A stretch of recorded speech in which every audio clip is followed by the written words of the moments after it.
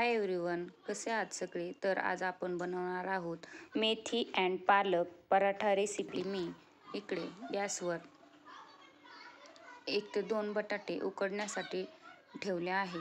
त्यात चवीनुसार मीठ टाकले आहे आणि झाकण ठेवलं आहे. त्यानंतर मी इकडे लसूण, हिरव्या मिरच्या, अद्रक, मेथी व कोथिंबीर घेतली आहे. तर ही मेथी आणि कोथिंबीर मी आधीच धुवून सुकवून घेतली आहे. तर इकडे मेथी आपण बारीक चिरून घेणार आहोत. त्याच प्रकारे आपण कोथिंबीरही बारीक चिरून घेणार आहोत. मेथी आणि कोथिंबीर चांगली धुवून फॅनखाली सुकवून घ्या किंवा कापडाने चांगली पुसून घ्या. त्याच्यामध्ये अजिबात मॉइश्चर राहिले नाही पाहिजे, नाहीतर पराठे चांगले होत नाहीत. त्यानंतर मी इकडे हिरव्या मिरच्या, अद्रक आणि लसूण खलबत्त्यामध्ये बारीक नाही पण मीडियम असे वाटून घेणार आहे. हे तुम्ही मिक्सरमध्येही वाटू शकता. थोडेसे मोठे असले की पराठ्यामध्ये खाण्यासाठी छान लागतात, त्यामुळे मी इथे खलबत्त्यामध्येच कुटून घेणार आहे. तुम्हाला हवं तर तुम्ही मिक्सरचा वापरही करू शकता.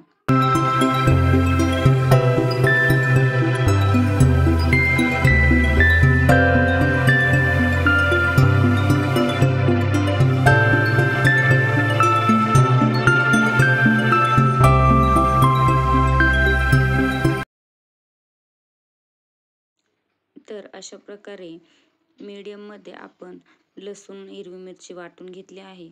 तर वाटून झाल्यानंतर मी एक भांडे घेतले आहे. त्यामध्ये गव्हाचे पीठ 1 ते 1.5 वाटी गव्हाचे पीठ घेणार आहे. तुम्ही जास्त कमी घेऊ शकता. मला थोडेच पराठे बनवायचे होते, त्यामुळे मी 1.5 वाटी गव्हाचे पीठ घेतले आहे. त्यामध्ये अर्ध्या वाटीपेक्षा थोडेसे जास्त बेसन पीठ टाकणार आहे. आणि इकडे आपण हिरवी मिरची, लसूण, अद्रक हे वाटून घेतलेले त्याच्यामध्ये टाकणार आहोत. आणि इकडे चिरलेली कोथिंबीर त्यामध्ये टाकून घेणार आहोत.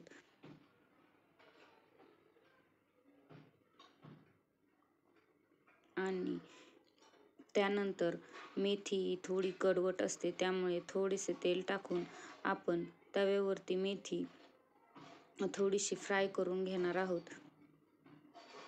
फ्राय केली की त्याच्यातला कडवटपणा निघून जातो. तर या पिठामध्ये आपण 1 चमचा हळद टाकली आहे व 2 चमचे इतके तेल टाकले आहे. तेलामुळे पराठे खुसखुशीत होतात. तर हे सगळे मिक्स करून घेणार आहोत.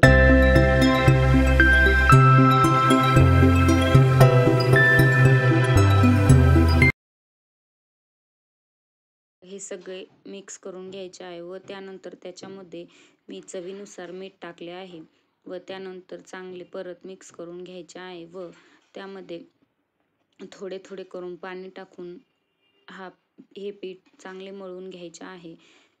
तर तुम्ही यामध्ये ओवाही टाका. मी ओवा टाकायला विसरले. हे चांगले हाताने मळून घ्यायचे आहे व मऊ होईपर्यंत चांगले मळून घ्यायचे आहे. अशा प्रकारे खूप घट्टही नाही आणि खूप मऊही पीठ मळायचे नाही आहे.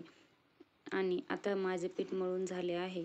तर त्यावर झाकण ठेवून एक 5-10 मिनिट मी त्याला रेस्टसाठी ठेवून देणार आहे.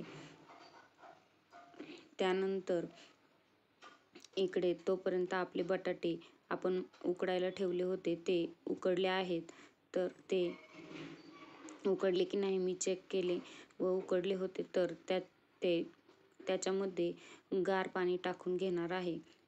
थंड पाणी टाकले की बटाटे लवकर थंड होतात. व एकदा पाणी ओतून देऊन दुसऱ्या वेळेस त्यामध्ये पाणी घेऊन मी ते बटाटे प्लेटमध्ये काढून घेतले आहे. बटाटे बऱ्यापैकी थंड झाले आहेत. तर ते आपण आता हे इकडे सोलून घेणार आहोत. त्याचे साल सगळे काढून घ्यायचे.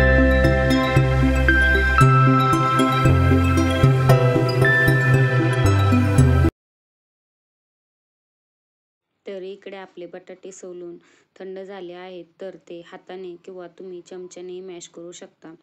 मी इकडे हातानेच मॅश करून घेतले आहे. त्यामध्ये चवीनुसार लाल तिखट टाकले आहे आणि हळदही टाकली आहे.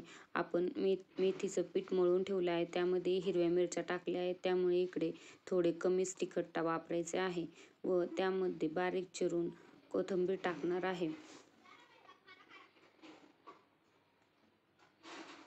तर ही बारीक चिरलेली कोथिंबीर मी त्यामध्ये टाकली आहे व हे बटाट्याचे मिश्रण सगळे चांगले मिक्स करून घ्यायचे आहे. याच्यामध्ये खूप जास्त मोठा बटाटा नाही राहू द्यायचा, त्या आपले पराठे फुटतात. तर मी इकडे मेथीचे जे पीठ मळून ठेवले होते त्याचे गोळे करून घेतले आहेत. तुम्हाला जेवढा मोठा पराठा हवा आहे तुम्ही तेवढे मोठे गोळे किंवा छोटे गोळे करून घेऊ शकता. मी इकडे मीडियम साईजचा गोळा तयार करून तो एकदम पातळसर लाटून घेतला आहे व त्यामध्ये हे बटाट्याचे मिश्रण मध्यभागी भरणार आहे आणि आपण चौकोनी पराठा जसा बनवतो तसे फोल्ड करून घेणार आहोत आणि तो हाताने दाबून घेणार आहोत, म्हणजे चारही बाजूने सारखे मिश्रण जाते आणि त्या गोळ्याला सुके पीठ लावून तो हळूहळू लाटून घेणार आहोत.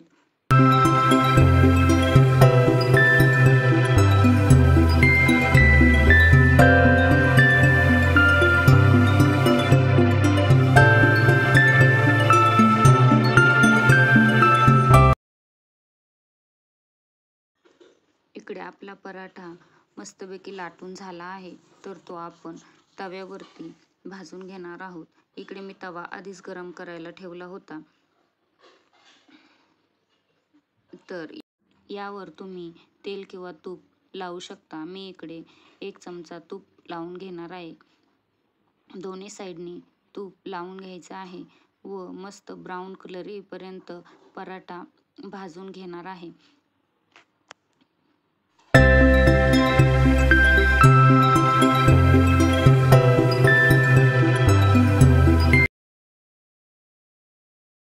तर इकडे आपला पराठा मस्तपैकी भाजला आहे, तो मी प्लेटमध्ये काढून घेतला व इकडे आता फक्त मेथीचा पिठाचा पराठा लाटून घेत आहे. तोही मस्त असा पातळ लाटून घ्यायचा आहे व चौकोनी फोल्ड करून घ्यायचा आहे व तो परत लाटायचा आहे. असं केलं की मस्त पराठा खुसखुशीत होतो आणि त्याला लेयरही सुटतात. तर इकडे मी पराठा पातळसर असा लाटून घेतला आहे. तर या एकाच रेसिपीमध्ये आपले 2 प्रकारचे पराठे तयार होतात. जर बटाटा घालून एखाद्याला आवडत नसेल तर तुम्ही असा फक्त मेथीचा पराठाही करू शकता व ज्याला मेथी जास्त आवडत नसेल त्यासाठी बटाटा घालूनही बटाटा विथ मेथीचा पराठा तुम्ही लाटून त्याला खाऊ घालू शकता. लहान मुलांना शक्यतो मेथीचा पराठा जास्त आवडत नाही, त्यामुळे मी माझ्या मुलासाठी असा बटाटा घालूनच पराठा करते.